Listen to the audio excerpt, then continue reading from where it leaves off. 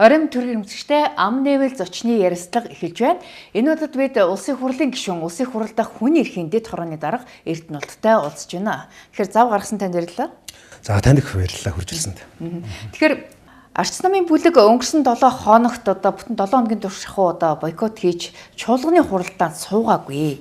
Тэгээ сүүлдээ ерөнхий сайд Баярмаг гишүүн хоёр хоорондоо уулзаад ямар ч гэсэн учраа олсон юм байна. Тэгээ танаа нам бойкотоо ямар ч гэсэн зогсоож байгаа гэж ойлгож байгаа. Гэхдээ ер нь ингэж засаглалын төвшөнд аваачиж тавих шаардлага байсан юм уу гэж хараад байна л да. Та юу гэж. За тэгэхээр би бол ямар нэгэн байдлаар хувь хүний үзэл бодол гэхээс илүүтэйгээр зарчмын тухайд ярихад энэ хуульч Ган хоёрын Агар Эрдэнэт Амьтны инх хот нарын бичсэн парламентын дархлаа гэдэг нэг ном байна. За энэ их хөгжтэй түүх одоогоос 631 жилийн өмнө болж ирсэн байхгүй. За юу болсон гэсэн чинь Английн хааны эрх мэдэл ихтлээ гэдэг 5 гишүүн ер нь хааны энэ төсвийг шалгая хянья гэдэг тийм асуулга тавьж л дээ. За тэгэнгүүт хаан та нар миний тэнгэр язгууртаа маргалдлаа. Ер нь та нарыг ер нь баривчлаа гэд нөгөө парламентын 5 гишүүнийг чинь баривчлах гэд хаан сэргээд агуулад ирдэг байхгүй. Тэгэхэд парламентын спикер буюу манайхаар бол хурлын дарга нь тийм байхгүй гэд үүдэн дээр нөгөөдөлийг оруулахгүй байлгаж байгаа цонхороо нөгөө 5 парламентын гишүүнээ зүгтаалгаж ирсэн байт. Тэгэхээр тэрнээс хоошоогоо яасан бэ гэхээр ер нь энэ хаант засаг болон энэ парламент хоёрын хоорондох нэг юм хил хязгаар тогтсон гэж үзэж байгаа юм л та. Тэгэхээр манай 92 оны үндсэн хуулийн үйлчлэл гол үнэт зүйл бол парламентыг л чадвартай байлгах тухай. Тэр ч утгаараа өмнө нь бас үндсэн хуулийн нэмэлт өөрчлөлт болж 126 гишүүнтэй болж иргэдийн төлөөлөх чадвар гэж бид нар яриад байгаа үсттэй. Гэтэл хоёр парламентын гишүүн хоорондоо үг ярихад нар бол тусдаа марах. Гүйцэтгэх засаглалын тэргүүн нь парламентынхаа нэг гишүүн рүү ингэж хилдэг нь өөрөө бас нөгөө энэ харилцан тэнцвэртэй байх хил хязгаарыг зөрчсөн гэдэг асуудлыг л тавьсан. Тэгэхээр ерөнхий сайд өөрөө давхар дээлтэй. Засгийн газрын тэргүүнээс гадна бас өөрөө улсын хурлын гишүүн гэдэг утгаараа парламентын танхимд хоёр улсын хурлын гишүүн гэж маргаж байж болно шүү дээ гэдэг ардын намын хуульч гишүүд өмөрөөд исэн. Танаа намын хуульч гишүүд болохоор эн чинь ерөнхий сайдын хуваар их хурлын гишүүний асуултанд хариулсан учраас эн чинь засаглал хоорондын маргаан гэдэг ингээд хоёр өөр тайлбар. Хэрвээ годамжинд ч юм уу ордны коридор тааралдаад ярьсан бол тэр бол өөр асуудал.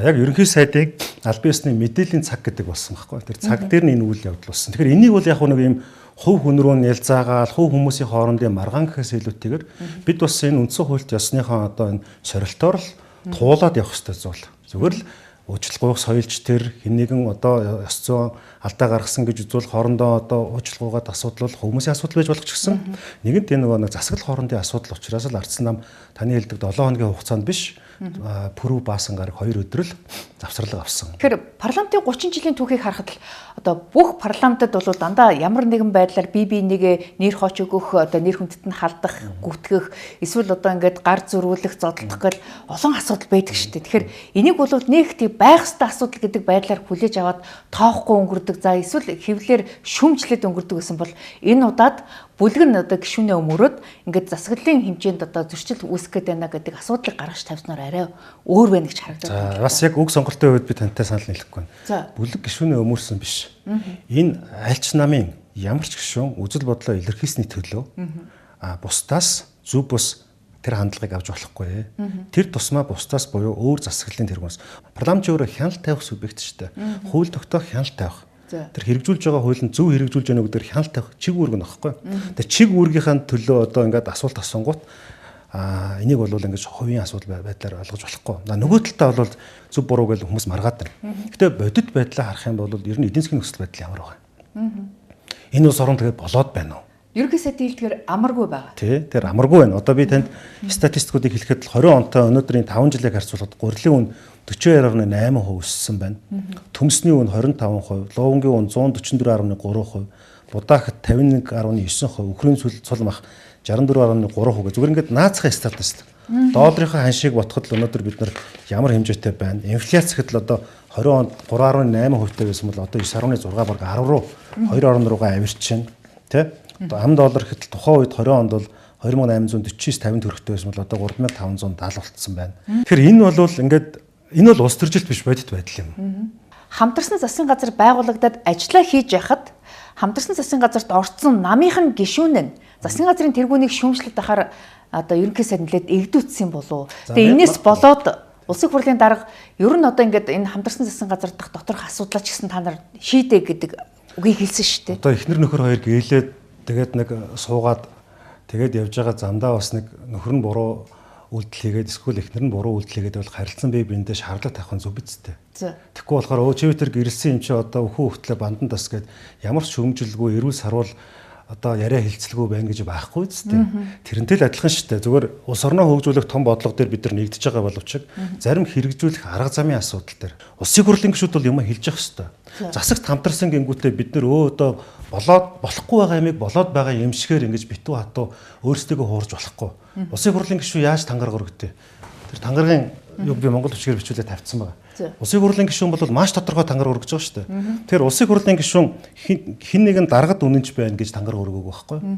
Үндсэн хуулинд буюу ард түмний итгэл үнэмшил үнэнч байх хэрэгтэй байхгүй.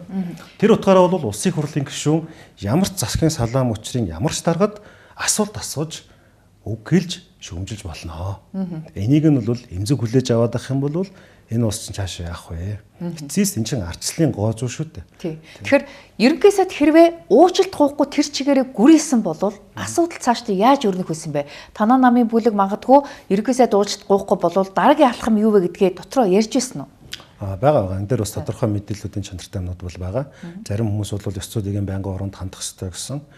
Магадгүй их хурлын хоёр гишүүний асуудал байсан бол нэг өөр тий. Энэ засаглал хоорондын асуудал ус учраас зарчмын чанартай зөвлөгээд би бас нэг тодорхой хэмжээний юм судалгаанууд номнуудаас хийгээд бас нэг юм биччихсэн байна л да. Тэгээ магадгүй арчилсан нам засгаас гарах асуудал хөндөгдөх байсан уу? Та юу гэж харж байна? Хэрвээ уучлалт гоохгүй учраа олохгүйсэн бол яг хөө тэр наадлынхан тэр хувь хүмүүсийн гэж байгаа асуудал гэдэг байгаагийн цааталт нь байгаа нөгөө нэг энэ одоо эдийн засгийн зорилтууд байна 14 мега төсөл байна Монголын ард түмний амьдралыг сайн сайхан болгоно гэсэн амлалтанда хүрч чадахгүй бол манлайллын арга барил буруу байна гэд явандаа энэ нь бол манлайллын улс төрийн хариуцлага руугаа явах ёстой болно шүү дээ. Ер нь бол тийм биз дээ. Мянган PR хийгээд гоё нэвтрүүлэг хийгээд сошиалоор ингээд түүнийгээ явуулаад байх нэг өөр хэрэг. Бодит амьдрал дээр хүмүүсийн амжиргаа ямар байна вэ? Тэр л чухал шүү дээ.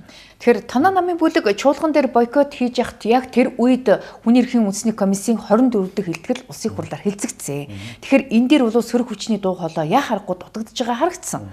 Тэгэхээр танаа намын бүлэг ядаж хүний эрхийн хэлтгэл дээр ороод ирж болоогүй юм. За би хүний эрхийн дэд хорооны даргын ажлыг хийж байгаа учраас сонгогдсон ажлыг хийж байгаа учраас энэ дээр бол маш одоо анхаарал хандуулж байгаа. За энэ бол дөрөвд өдөр болсон үйл явдал гэхээр энэс 3 хоногийн өмнө буюу даваа гарагт нь Арслан намын улсын хурлдах бүлгийн одоо хэлцэх асуудалд хүний эрхийн үндэсний комисс мэдээлэл хийсэн. За нэг.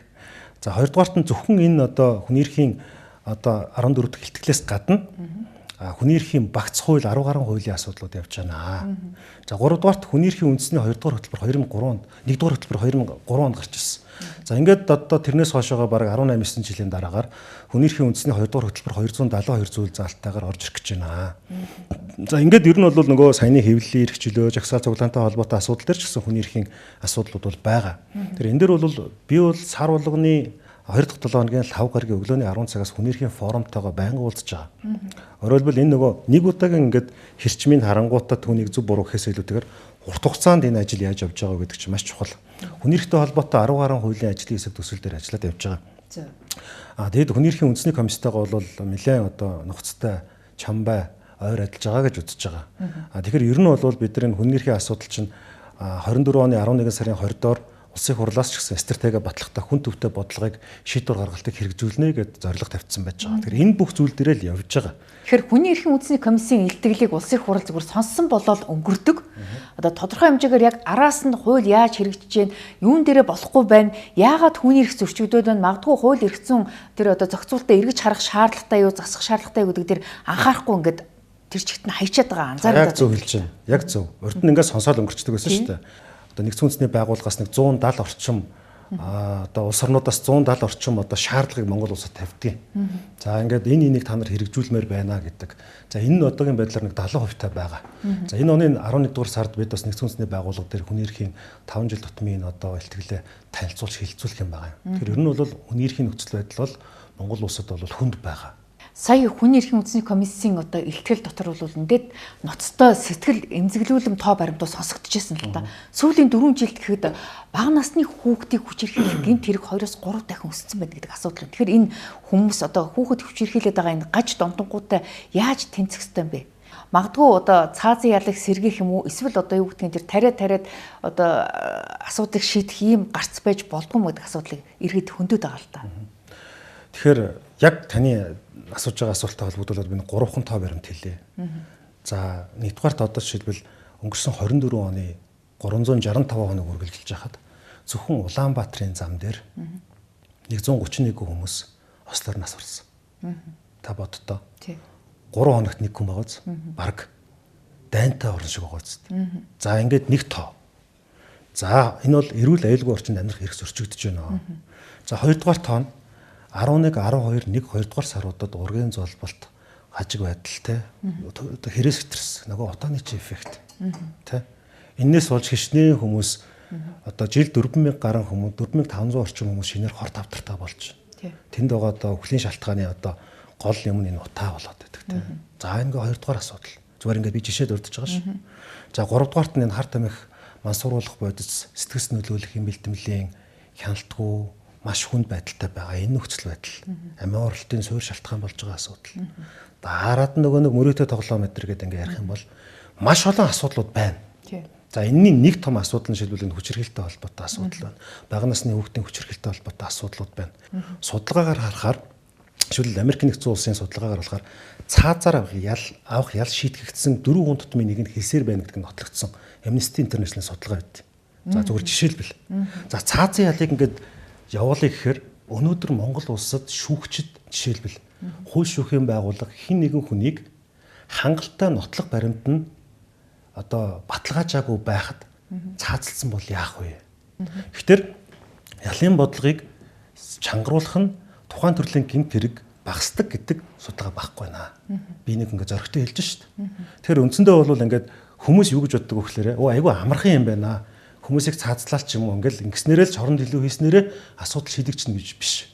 Тэр гэмт хэргийг гарах шалтгаанд нөхцөл буюу тэр нийгмийн суурь урьдчилан нөхцлүүдийг нь яаж байхгүй болох вэ гэдэг зүйлийг л бид нар хийх ёстой болчиход байгаа байхгүй юу? Би жишээлбэл нэг юм дээр маш эмзэглэж байгаа байхгүй юу? За би 20 ангийнхын нэрийг хэлэхэ байлаа. Хүн эрхийн гид хорооны дарга гээд хөрдлөн гишүүнтэйгээ явжсэн чинь 2 өөр 20 ангид нэг хохирчтой хүчингийн эрэхт орцсон насан туршийн хүн байж байгаа байхгүй юу? Хоёр одоо тэгэхээр эн чинь ингээд аюу хэцүү зүйл байхгүй. Яг одоо нөгөө хохирчийн юугаар гомдлоор хийчих шүү дээ. Тэрийг нотлох бодломж бас хэцүү. Тэгэхээр эн чинь ингээд нэгтгэлийн субъектив хандлагатай байх магадлал өндөртэй байгаад. Тэгэхээр би туйлаас шудраг шүүхийн тогтолцоотой, туйлаас шудраг яллах тогтолцоотой, хуулийн тогтолцоотой болвол хамаалгаа. Та хүний эрхийн дэд хорооны даргын хувьд бас нэлээд хэдэн ажлын хэсэг ахалж ингэсэн шүү дээ. Тэгвэл миний сонссноор та одоо эрүүдийн шүүсний улмаас хохирсон одоо 30 гаруй иргэний хохирлыг нөхөн төлөвлөх асуудлыг ахалж байгааг сонссон. Энэ асуудал чинь аль түвшинд явна? За өнгөрсөн оны 11 сард сонсгол болсон. Сонсгол болсон. За энэ сонсгол яагаад хийгдсэн бэ гэхээр өнгөрсөн оны 7 сард та санаж байгаа бол одоо шүүгэн шийдвэр гүйцэтгэх ерхий газар одоо байсан 21 настай залуу амнасаа алдсан хэрэг гарсан шүү дээ. За энэ хэргийн ар дээр чинь нөгөө улсын хурлын нэр бүхий 22 гишүүн гар үсэг зураад энэ хэргийг шалгах тухай болсон. Гэтэл нөгөөх маань хэрэг маань бол бас яг нууцын зэрэгтэй хэрэг байсан. Тий, нууцын зэрэгтэй. Тэгээд тэр нууцыг задлж болохгүйсэн бөгөөд хувь хүний эмзэг мэдээлэлтэй холбоотой зүйл байсан. Буюу хохирогчтой холбоотой зүйл байсан. За ингээд яасан бэ гэхээр энэ нь ингээд томроод ер нь эрүүдэн шүүхийн улмаас хохирсон хүмүүсийн эрхийг яаж хамгаалах юм? Хохирлыг яаж нөхөн төлөвлөх юм? Цааш энэ төрлийн гэмтэргийг яаж давтагдахгүй байлгах юм? Энэ систем тогтолцооны асуудал байна уу? Хуулийн төсөл гаргах юм уу гэдэг байдлаар ингээд 11 сард эн чинь иргэд олон нийтийн сан санаачлагыг аваад юу болсон байхгүй юу? Сонсгол болсон. Та тэрийг санаж байгаа. За энэ сонсголын дараа хуулзан байнгын орноос ажлын хэсэг гаргаад одоо ингээд 5 сарын 10-аар энэ одоо үр дүн гарах гэж байна. Бид нар 3-4 удаагийн хурал хийгээд ингээд замд нь ингээд явж байгаа. Тэгэхээр таны хариуцсан 30 гаруй одоо хүн чинь яаж хогсон олон сар жилээр одоо хэлсээр хоригдсон юм уу? Эсвэл одоо ямар нэгэн байдлаар сэтгэл санаа бие махбодын хохирол одоо учирсан юм уу? Би одоо энэ хэргийн асуудлаар энд ярих боломжгүй л дээ. Яа тэгэхээр чи ингээд зүгээр нийтлэг нь шүү. Улс төрчийн дур зорго. Хууль хүчний байгууллагын хуулийг хэрэгжүүлэх хэм хэмжээг давж хүний эрхийн ноцтой зөрчил болж тэдэнд аливаа хэргийг хүчээр тулгах хүлээлгэхэд одоо тийм одоо нөхцөл байдал үүсгэсэн ийм хэрэгүүд ихэнх нь байгаа. Тийм. Тэгэхээр хохирлын хэмжээ гэж тооцоо гарч байгаа гэсэн үг үү? Одоо энийг ингээд тооцож гаргах харин одоо аргачлалыг бид нар яаж тодорхойлох вэ гэдгийг судалгаа авч байгаа. Энэ бол шинжилгээ ухааны криминологи талаасаа яг энийг бид нар юу гэж дүгнж үзэх вэ? Олон улсын жишг ямар байдаг вэ? Монголд жишээлбэл хохирлыг одоо нөхөн төлөхөд тэрийг эхлээд яаж тодорхойлох юм? Дараад нь түүнийг яаж хэмжих юм?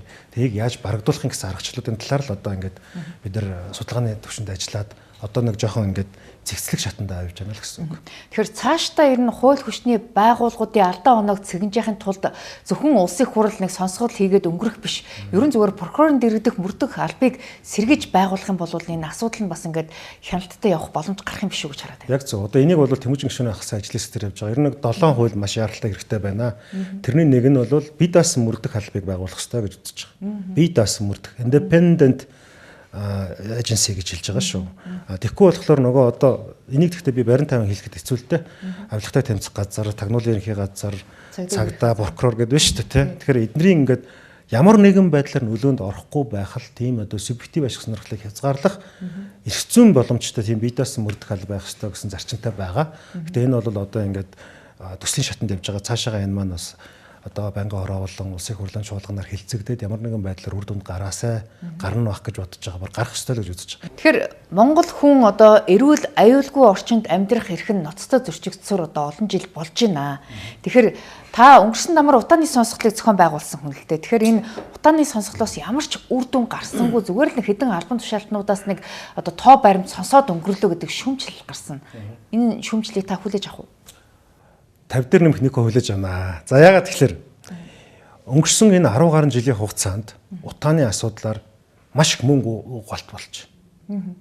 Ойролцоогоор мэдэгдэж байгаа шүү. Манай экспертүүдийн хийсэн судалгаар 1.9 их найд буюу триллион төгрөг зарцуулагдсан байна. Хэрвээ энэ мөнгөний зүгээр талаар нь л дулаалга хийсэн байхад утаа чинь 70% багассан байх. Алдагдсан боломж гэдэг шиг тийм боломж байжээ. За эндээс бодтойгоор одоогийн байдлаар нэг 196 тэрбум төгрөгийн 10 гаруй хэрэг зөрчил одоогийн байдлаар мэдэгдэж байна. За 196 тэрбум төгрөг. Зориулт бусаар.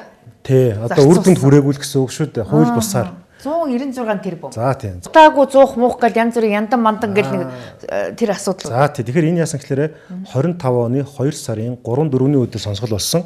Тэрнээс өмнө 4 дэд хилцүүлэг болсны би утаа ба эрүүл мэндтэй холбоотой дэд хилцүүлгийг ахалсан. За 10 хэдэн жилийн хугацаанд энэ утааны эсрэг тэмцэх байгууллага маань 8 удаа өөрчлөгдсөн байхгүй. Заримдаа нийслэл рүү, заримдаа эрчим хүчний яам руу, тэгээд байгаль орчны яам руу, тэгээд одоо ингээ ерөнхийлөгч нь хамгийн газар руу хүртэл явсан биз дээ. Ингээд нэг эзэн байхгүй.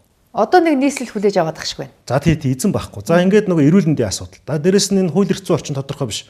Яг тэгэхээр ингээд салбар дундын хаягдсан зүйлүүд ихт. Өө энэ байгаль орчин уур амьсгал өөрчлөлт яам мэднэ. Өө тэр эрчим хүчний яам мэднэ гэдэг дундаа эзэн байхгүй. Хаягдсан. Тэгээд тэр нь хүнийхэн зөрчил болоод байдаг, мөнгө урсаад байдаг. Янз бүрийн бизнесийн байгууллагуудын лобби гүйж орж ирээд ямар ч хяналт цензургүйгээр мөнгө урссан байдаг тийм үү. Тэгэхээр тэр 196 тэрбум төгрөг чинь чухам юун дээр гарсан зөрчил юм. Одоо энэ түлшний 2 үйлдвэр байгуулсан шүү дээ, шахмал түлшний. Тэгээ энэ 2 үйлдвэр чинь бол одоо айл 10 жилийн өмнө хоцрогдсон технологи одоо Монголд сая оруулж ирсэн гэсэн. За тэгээ 3 дугаарт нь технологийн асуудал байгаа. За ингээд олон асуудлууд байгаа шүү заяа. Гэхдээ эндээс хоёлаа зүгээр зах зохыг ярьж шүү дээ. Тэгэхээр эртээр нийслэлийн 2040 нөгөө дунд хугацааны хөтөлбөрийг ярихад их хурал дээр бас би хотын дараагаас асуусан л та. Тэгэхэд бол хүндрэлийнхаа хэрээр хөлөөж ийнэ гэдэг зарчим хэлж ил. Өөрөөр хэл 30 он гэхэд бол утааг 50%-аар 35 он 70% бууруулна гэж байгаа. Өнөөдөр нийслэлд бол нэг сая 600 мянган гаруй хүн амьдарч байна. За тэгэхээр энэ өөрөөр хэл одоо юу гэдэг гэр хороол гэж яриад байгаа тэр зүйлийг одоо ингээд дахин төлөлтийн асуудал гэж байгаа улс төрийн зорилгоор гацсан одоо газтай болгоно гэж тэгж байгаа шууд ингээд нэгдсэн дэд бүтцээс одоо ингээд 14 хотыг байгуулна гэж яриад шүү дээ.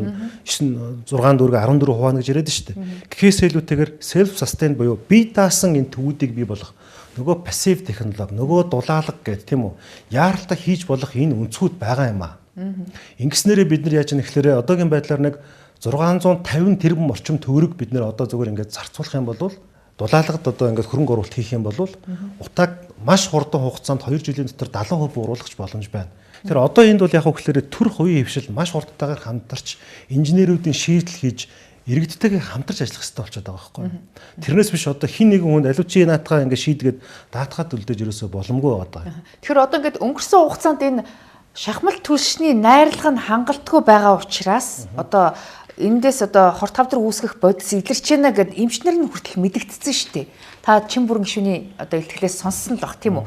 Тэгэхээр одоо энэ шахмал түлшийг яаралтай сольж найрлагыг нь сайжруулах шаардлагатай багт ч одоо ч гэсэн тэр найрлага технологи нь хэвээрээ ингээл энэ намартай золгох шинжтэй байна. Тэгээ удахгүй жилийн дараа дахиад хагас коксцсон одоо тийм түлшний үйлдвэрийг байгуулна гэж байна. Энэ түлшний үйлдвэр чинь ч гэсэн бас тийм хангалттай сайн одоо түлш байж чадахгүй гээл. За хоёулаа шийдлээ шүүмжлээд байна. Зөв. За энэ дээр ч ерөөсөө нэгдүгээр додон туяа сайд сая 2 сараас 3 сарын 1-ээс эхсүүлээд энэ асуудлыг цэгцлэхээр мэдээлэл хийсэн шүү дээ. За энэ бол тэр хүнээс асуусан зүг баг. Яг ямар шийдэлтэй юм бэ? Тэр найрлагын стандарт гэх тийм үү? За миний хийж чадсан зүйл бол би улсын хурлын 42 гишүүний гаруй цуглуулсан. 48 гишүүний гаруй цуглуулад. За одоо ингээд утааг өвөл болохоор ярьдаг, үерийг зум болохоор ярьдаг, халаалтыг намар болохоор ярьдаг ч гэдэг юм уу, хавсраг янз бүрийн ямиг одоо хавар болохоор ярьдаг ч гэдэг юм уу. Улирлын чанартай хэдүүл асуудлаа явах болёо. Утаан дээр төр хороо байгуулъя гэдэг ингээд санаачлал гаргачихгүй юу? Гижитал сая манай ажлын хэсгээс бол ер нь энэ дид хороо байгуулъя гэдэг санал шийдэгдээд гаруй цог зураад ингээ явчлаа. Тэгэхээр одоо бол утаа бол зөвхөн үйл ярддаг асуудал биш. Жилийн 4 улиралдаа нэгдсэн ийм долгион дээр мэдээлэл хувааж шийдвэрлэдэг байя гэсэн ийм зүйл байгаа юм. Жишээлбэл байгаль орчны яам дээр тэр олон улсын болон үндэсний стандартыг нь одоо шинжлэх тухай асуудал процесс явж байна. Эрүүл мэндийн яам дээр 4 ажлын хэсэг гарцсан явж байна. Эрүүл мэндийн төрийн нарийн бичгийн дараа 30 утааргын хэлж байгаагаар бол Монгол хүний түгээмэл өвдөд байгаа. Монголчуудын түгээмэл амь насыг нь одоо ингээд аваад занал хийлээд байгаа энэ өвчин судалдаг юм лабораторийг ингээд яаралтай байгуулъя гэдэг. Би их хурлын гишүүнийхээ хувьд бол тгийа. Тэр одоо 2.78% тайгаа эрүүл мэндийн төсөв. Чинь дийлэнх нь бас цалин цааванд явчихж байгаа байхгүй юу? Эмч сувилагчийн. Тэгвэл одоо нэг юм цохилтын тунгаар энэ монгол хүн заавал Солонгос руу юм уу бусд оронд очиж тэр одоо эмчилгээгээ хийлэгдэг биш те. Яагаад бол энэ Монголдоо энэ асуудлыг онцлоод Монголдоо байтугай 6 орон нутгийн бүс байна тийм үү? 6 орон нутгийн бүстэй энэ онцлогооны хамгийн сүүлийн үеийн иж бүрэн төвүүдийг байгуулж тэнд байгаа хүний нөөцийг сургаж тэнд ажиллах хүний нөөцийн нийгмийн асуудлуудыг шийдэх ёстой гэсэн ийм байр суурьтай байгаа байхгүй. Тэгэхээр нэгэнт бидэрт мөнгө байхгүй ш байгаа байхгүй. Төрийг данхаалахгүйгээр олон дарга нарын сэтрийг нэмэхгүйгээр цалиа авдаг хүмүүсийг нэмэхгүйгээр өнөөдөр тэр асуудал мөнгөд шийдэж болно. Жишээлбэл өнөөдөр би нэрийг хэлээд явах. Улсын өмчит үйлдвэрийн газар уурхачтаасаа илүү олон дарга нартай захиргаанда дарга нартай байгууллагууд байгаад байна шүү дээ. 100 яманд 60 ухна гэдэг шиг. Тэгвэл тэрийг л цомгох хэрэгтэй байхгүй. Өөрөөр хэлбэл Монголд хамгийн сайн хийх ёстой зүйл бол дарга ангийн тоог 50% бууруулах хэрэгтэй. Тэгжээж яг тэр баялаг бүтээж хийж байгаа хүмүүстэй боломжийг нь олох хэрэгтэй. Хоёрдугаар учраа сайдаа хэлээд байгааг би бол би дэмжиж байгаа. Тэр юу гэхээр энэ олон ашиггүй ажиллаж байгаа төрийн өмчтэй ажиллах нэгжүүдийг татан буулгая гэдэг. Одоо та бодлоо төрийн албан дундад цалин хийдэ одоо 5 жилийн өмнө 1.6 сая бодит цалин байж одоо 2 сая авцсан явж штэ. Гэтэл 2 сая авцсан юм шиг боловч нөгөө инфляц нөгөө үнийн өсөлтөөсөө хамаарад яг 5 жилийн өмнөхтэйг ижлэхэн байдалд байгаа байхгүй бодит байдал нь тий. Гэтэл баахан 8-аас 10 сая төгрөгийн цалинтай дарга нарын орон тоог нэмсэн. Нөгөөдүүл нь болох юм бол тэнгэрээс бууж ирсэн юм шиг тансагладаг байдал байгаа даа штэ. Тэгэхээр энийг чинь бид нар ингэж ширгээж татчихээж яг тэр одоо боломжоо бий болох хэрэгтэй. Хоёрдугаар зөвхөн 2 хөршөөс гадна 3 дахь орны хөрөнгө оруулалтыг татах боломжийг нэмэгдүүлснээр бид хөгжин шүү дээ. Тэгэхээр таасаа хэллээ шүү дээ. Төрийн албаны орон тоог цомгохтож тансаг зардлыг нь хасъя гэдэг саналыг тавьж гин тийм үү. Тэгээ энэ замаар илүү гарсан мөнгөө хэмсэн мөнгөөрөө эрүүл мэнд боловсрол энэ одоо утааны эсрэг арга хэмжээнд зарцуулъя гэж та санал гаргаж байгаа юм. Тэгвэл улсын хурлын гишүүд өөрсдөөсөө манлайлж эхэлж болдгоо юм уу? Улсын хурлын одоо 126 гишүүд өнөөдөр одоо цалин нь огцом нэмэгдсэн 7-8 сая төгрөгийн цалин авж гин. Дээрээс нь одоо сар болгон 10-аас 20 сая төгрөгийн нэмэлт ямар нэгэн байдлаар урамшуулал янз бүрийн зардал гаргадаг юм байна шүү дээ. Тэгэхээр эн чинь татвар төлөгчдийн мөнгө та бүхэн өөрсдөөсөө эхэлж байна. Яг зөв. За улсын хурлын гишүүнийг 4 сая гаруй төгрөгийн цалин авчих шүү. За таних хариу өөр юм болов? Би л 7 сая төгрөгийн цалин аваагүй байгаа шүү. Яг одоо бичигддэг цалин. За магадгүй нөгөө доктор цолмол гэдэг ингээд. Тийм бичигддэг цалин 7 сая. Тэгээ гар дээр 5 сая ирдэг гэд. Тийм үү те. Нилээд хэдэн гишүүн авдаг гэж хэлсэн тийм. За яг би зүгээр ийм л бодолтой байгаа. Яг юунд яагаад хөрөнгө оруулалт хийх ёстой вэ гэдгийг наривчлж гаргаж болох гэдэг байгаа байхгүй юу? Жишээлбэл ангаахын салбарт, эмнэлгийн салбарт тийм үү? Ингэж хөрөнгө оруулалт хийх зайлшгүй шаардлагатай байна гэд. Тэнгүүд төсөв ингэж данкааж орж ирэнгүүт ерөнхийлөгч хориг тавингууд хөрөнгө оруулалтын төсвийг 20% асчлаа штэ. Хасчлаа штэ. Тэнгүүд нөгөө боловсрлоос ч хасагдчих. Энэ хажуу талын төрийн засгийн хамгаалалтын эмнэлгээс шийдвэл тэр бүн төгрөг хасагдчихж байгаа байхгүй юу? Боловсролын салбар, эмнэлгийн салбараас бүгднгээс нь хасагдчихж байгаа байхгүй юу? Тэгэхээр өнөөдөр Монгол хүний аюулгүй байдал, эрүүл аюулгүй байдалд амин чухал занал хийлээд байгаа зүйлүүд юу юм бэ гэдгийг тодорхойлчих л доо. Наа утааны чи асуудал гарч ирнэ, төгжрөлийн чи асуудал гарч ирнэ, боловсрол эрүүл мэндийн асуудал чи эхлээд гараад ирж байгаа үстэй. Тэгвэл энэ зүйлүүд дээр мөнгө харьлахгүй. За тэгвэл мөнгийг танаж болох зүйлүүд нь юу юм бэ гэдэг чинь эндээс гараад ирэх байхгүй юу? Тэгвэл дарга нарын тансаглал, гадаад дотоодод үр ашиг багтаа шүү. Би үр ашигтайг нь хэлэхгүй. Үр ашиг багтаа явж байгаа зүйл те. Энэ бүх зүйлийг чинь бид нар хэмжиж болох байхгүй да. Жишээлбэл одоо ингээд та сардаа их улсын их хурлын тамгын газраас одоо 10-аас 20 сая төгрөгийн тодорхой хэмжээгээр урамшуулал зардал авдаг гэж ойлгох уу? Энэ ингэдэй. Хоёр төрлийн зардал бид нар авдээ. За нөгөө ам нээвэл гэж байгаа. Энийг өрдөнд гişүүд зөндөө ярьжсэн. Нэг нь тойрогт ажиллах, зарцуулах мөнгө гэж байдаг. За энэ дотроо шүү те. Улсын их хурлын гишүүн хуулийн төсөл одоо босруулъя. За хууль судлаачтай баг ажиллуулъя. Нэг. За хоёрдугаарт нь одоо шилбэл би шилбэл 310 мянган сонгогчтой Дархан Сэлэнг Төв аймгаас гарсан байна да. Сонгогдсон байна да. 48 мянган хүний санал авсан байхгүй юу? За тэгэнгүүт 3 аймгийн сум 48, сумтай тэнцэгт 74 нэгж 181 баг дээр би ажиллах хэрэгтэй болж таарж байгаа. За та сонирхох юм бол би сар болгон нэгний өдөр сая 5 сарын 21-нд 10 дахь сарын тайлан хийлээ, захин тайлан хийлээ. Бүх үйл явдлуудаа монгол өчгээр кириллээр бичиж гаргадаг байхгүй юу? Гол нь хүн мөнгө зарцуулж болно. Тэр нь тодорхой хэрэгтэй, заашгүй ил тодол байх ёстой шүү дээ. За тийм. Юуны мөнгө бол улсын хурлын гишүүний цалин бол 2 хуваагдаж орж ирдэг тийм. 2 сая хэдэн зуун, 2 сая хэдэн зуун гэж 2 хуваагдаж орж ирдэг. Тийм. Жишээлбэл яг тань шиг одоо ингээд ажлын хэсэг ахалж байгаа, дэд хороо ахалж байгаа хүнд бол тодорхой хэмжээгээр нэмэлт зардал шаардлагатай байж болно. Одоо их хурлдаа суудаггүй, сонгогчтойгоо уулздаггүй нэг ийм үл мэдэх гишүүд байна шүү дээ, тийм үү? Тэгэхээр тэр гишүүд яагаад ингээ энэ зардлаа одоо ажиллаа тасласныхаа төлөө сонгогчтой бараагаа харуулаагүй төлөө аваад байгаа юм бэ гэдэг асуулт байна. Их хурлын гишүүнд ер нь ямар зардал гардаг вэ гэхээр нэг ийм зардал гарч байгаа. За цалин, өөрийнх нь цалин. За нэг зөвлөхтэй байд. Тэр зөвлөхийнхэн цалин. Нэг туслахтай байд. Тэр туслахын цалин. Нэг одоо бие төлөөлөгч нөгөө тойргоо сонгогдсон бол нэг бие төлөөлөгчтэй байд. Ийм 4 хүний цалин татвар төлөгчдийн халааснаас гарч байгаа юм. Гол нь одоо шилбэл би бол 17 ажил хэсэгт байна. 3-4 ажил хэсэг ахалж байна. Тэр одоо энэ дээр зардал гарнаа. Хүний эрхийн дэд хороо гингөт хүмүүс өдөрт 40 олон гомдол ирдэг. Хүний эрхийн дэд хороо гэдэг чинь тусдаа хангамж байдаггүй байхгүй юу? Үгүй. Тий. Одоо би энэ их хурлын гишүүний хөрөнд тэр ажлыг хийн. Тэр дэд хороо чинь тодорхой хэмжээгээр үйл ажиллагаа явуулж байгаа юм чинь төсөв зарцуулах хэрэг байгаа үстэй. Баггүй. Юу гэсэн үг вэ? Тэгээ та одоо өөрийнхөө гишүүний одоо зардлаасаа харин хэлээ л да. Дэд хороо бол хууль зүйн байнгын хороонд иргэд байдаг. За. Тэгэхээр одоо дэд хорооноос хийж байгаа ажлуудыг хууль зүйн үндэсний хууль зүйн байнгын хороогаа л одоо өргөн мэдвэл тэндээс шийдвэр гарвал тэндээс төсөв гаргаж авна шүү дээ. Тий. Дээрэс нь саяхныг бол энэ дээр бол шийдвэл референт аль бисний референт дээр байхгүй шүү дээ. Дээрэс нь их хурлын гишүүн тустай машин унаа гэж байхгүй. Жолооч гэж байдаггүй. Тэгэхээр нөгөө боломжтой хүмүүс нь хуваараа жолоочтойгоо гэрээ байгуулад машин тэргээ унуулад явдаг баг. Тийм. Би өглөө ороо ажилдаа дандаа дугуугаар ирж очдог. Та миний цаг утсан дээрээс хэдэн цаг хэдэн минутанд дугуугаар яаж ямар замаар ирснийг харж болно зүгээр чинь. Таныг төрийн үйлчилгээнээс машин аваач болно гэж хэлж. Тэгэх юм бол нөгөө мөнгнөөс нь авдаг байхгүй юу? Гишүүний одоо тэр зардлаас хасагдана. Тий, тэр зардлаас хасагдаад. Одоо жишээлбэл нэг удаа жолоочоор төрийн үйлчилгээний жолоочоор хургуулах юм бол хэр хэмжээний мөнгө хасагдах уу? Би нэг ч удаа хургуулж үзээгүй байна. Ерөн зүгээр мэдэхгүй байна. Тэрийг километрийн хэдээр тоостыг яадаг гэдгийг мэдээгүй. Би хотод дотор нэг ч төгжирдэггүй байхгүй юу? Би өвлжөнгөө алхсан. Гэрээсээ ордон руу 40 минут алхахтыг. Ажлаа тараад 40 минут алхахтыг. Энийг суугаа ажлын чинь хажуугаар бас нэг хөдөлгөөн хийж явах бол болохгүй байна. Дулааны үйлрэлд бол дугуугаар явцдаг байхгүй юу? Би 10 хэдэн жил дугуй унж байгаа. 18 9 жил дугуй унж байна. Намайг одоо баг бүгд энэ ордны үүтэнд нөгөө оруулдаг гаргадаг залуучууд бүгдээрээ мэдж байгаа дөө. Энэ ордны гадна чинь одоо 126 гишүүний машин одоо багталцахгүй л ашиг байна. Тэгээд ихийнхэн дандаа маш өндөр үнэтэй шинэхэн джипүүд л харагдаад байна л дээ. Тэгэхээр тэн дотор таны машин байхгүй гэж юу? Яг одоогийн байдлаар ордон дотор миний машин байхгүй байна. За. Тийм. Би ч өнгөрсөн 11 сар 12 сард машинаа зарцсан. За. 2 машин байсан зарцсан байна. За тэгэд одоо нэг ачааны машин аваад хөдөө явахад гээд юм бүхэгтэй машин аваад би ч нөгөө нэг Sprinter Camper of Mongolia-гийн админ штэ. За. Аялын машин тогтчулдаг байхгүй манай баг. Тий.